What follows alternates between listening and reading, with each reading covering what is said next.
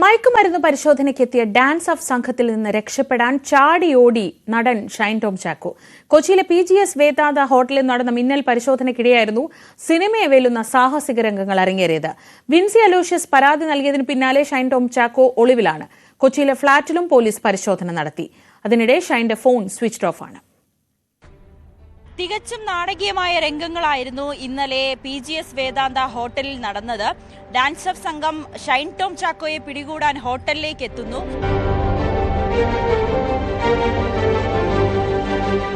സമയം ഇന്നലെ രാത്രി 10:30. കൊച്ചിയിലെ ഹോട്ടലിൽ ലഹരി ഉപയോഗം നടക്കുന്നു എന്ന വിവരം ഡാൻസ് ഓഫ് സംഘത്തിന് ലഭിക്കുന്നു. തൊട്ടു പിന്നാലെ ഡാൻസ് ഓഫ് സംഘം PGS വേദാന്തയിലേക്ക്. ഈ സമയം ഷൈൻ ടോം ചാക്കോ ഉണ്ടായിരുന്നത് ഹോട്ടലിലെ 314 നമ്പർ മുറിയിൽ. ഡാൻസ് ഓഫ് സംഘം എത്തിയ വിവരമറിഞ്ഞ ഷൈൻ രക്ഷപ്പെടാൻ നടത്തിയത് സിനിമയെ വെല്ലുന്ന സാഹസികത.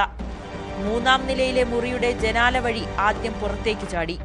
വന്നു പതിച്ചത് 2-ാം നിലയിലെ ഷീറ്റിനു മുകളിൽ. ചാട്ടത്തിന്റെ ആഘാതത്തിൽ ഷീറ്റ് പൊട്ടി. അവിടെ നിന്നും നേരെ 2-ാം നിലയിലെ സ്വിമ്മിംഗ് പൂളിലേക്ക് ചാടി.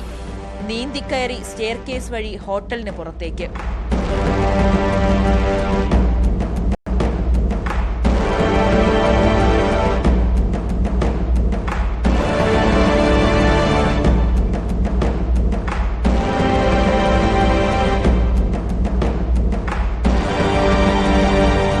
ഷൈൻ മാത്രമല്ല ആ സമയം 314 നമ്പർ മുറിയിലുണ്ടായിരുന്നത്. മറ്റ് 2 പേർ കൂടി ഒപ്പമുണ്ടായിരുന്നു. ജനൽ വഴി ഷൈൻ പുറത്തേക്ക് ചാടി ഓടിയതോടെ ഒരാൾ മുൻവാതിൽ വഴി കടന്നുകളഞ്ഞു.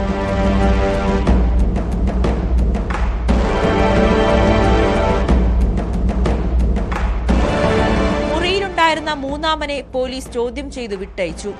അതിനിടെ മുറിയിൽ നടത്തിയ പരിശോധനയിൽ ഡാൻസ് ഓഫ് സംഘത്തിന് ലഹരി വസ്തുക്കളൊന്നും തന്നെ കണ്ടെത്താൻ സാധിച്ചില്ല. പരിശോധന തുടരുമെന്ന് അന്വേഷണ സംഘം. കുറച്ച് കാര്യങ്ങളൊക്കെ ഞങ്ങൾക്ക് ബോധ്യപ്പെട്ടിട്ടുണ്ട്. അതിന്റെ അടിസ്ഥാനത്തിൽ വരും ദിവസങ്ങളിൽ ശക്തമായിട്ടുള്ള പരിശോധന ഉണ്ടാവും. വിശദമായി ഷൈൻ ടോം ചാക്കോയെ പിടികൂടി ചോദ്യം ചെയ്ത് അടക്കമുള്ള കാര്യങ്ങളിലേക്ക് കടക്കാനാണ് പോലീസിന്റെ തീരുമാനം. എന്തായാലും വിൻസി അലോഷ്യസിന്റെ പരാതി കൂടി ലഭ്യമായ സ്ഥിതിക്ക് ഇനി പോലീസ് ആ പരാതി കൂടി ലഭിച്ചാൽ സമഗ്രമായിട്ടുള്ള ഒരു അന്വേഷണത്തിലേക്കായിരിക്കും കടക്കുക. ക്യാമറാമാൻ മനോജിനോടൊപ്പം നവമി ദിനേശ്, ന്യൂസ് 18 കൊച്ചി. വിൻസി അലോഷ്യസിന് പിന്തുണയുമായി ചലച്ചിത്ര താരങ്ങൾ. സിനിമയിൽ വരുന്നതിനു മുൻപ് ആരാധിച്ചിരുന്ന പലരുടെയും മുഖം വികൃതമെന്ന് പിന്നീട് ബോധ്യപ്പെട്ടു എന്നായിരുന്നു നടി ശ്രുതി രജനീകാന്തിന്റെ പ്രതികരണം. ഞാനും ഒരിക്കല് എല്ലാരെയും വളരെയധികം ആരാധിച്ചിരുന്ന ഒരാളായിരുന്നു. അപ്പം മനസ്സിലാക്കേണ്ട ഒരു കാര്യമുണ്ട്, വെളിയിൽ കാണുന്നതല്ല ഉള്ളിലേക്ക് അടുത്തേക്ക് വരുമ്പോ എല്ലാവർക്കും അവരുടേതായ ഡിസ്ഫങ്ഷൻസ് ഉണ്ട്. അപ്പൊ നമ്മൾ വെളിയിൽ കണ്ട് അത്രയും അഡ്മയർ ചെയ്യുന്ന ആളുകളായിരിക്കില്ല ചിലപ്പം അടുത്ത് വന്ന് ഇടപഴകുമ്പോൾ എന്ന് എപ്പോഴും ചിന്തിക്കുക. ഇവർക്ക് എന്തിനാ നമ്മള് റിട്ടേൺ പരാതി കൊടുക്കുന്നത്? ഈ പോസ്റ്റ് തന്നെ 2 ദിവസത്തിന് മുമ്പ് വിൻസി ഇട്ടിട്ടുണ്ട്. അപ്പൊ എന്ത് കാരണം കൊണ്ട് പോലീസ് അത് സോ മോട്ടോ ആയിട്ട് കേസ് എടുത്തില്ല?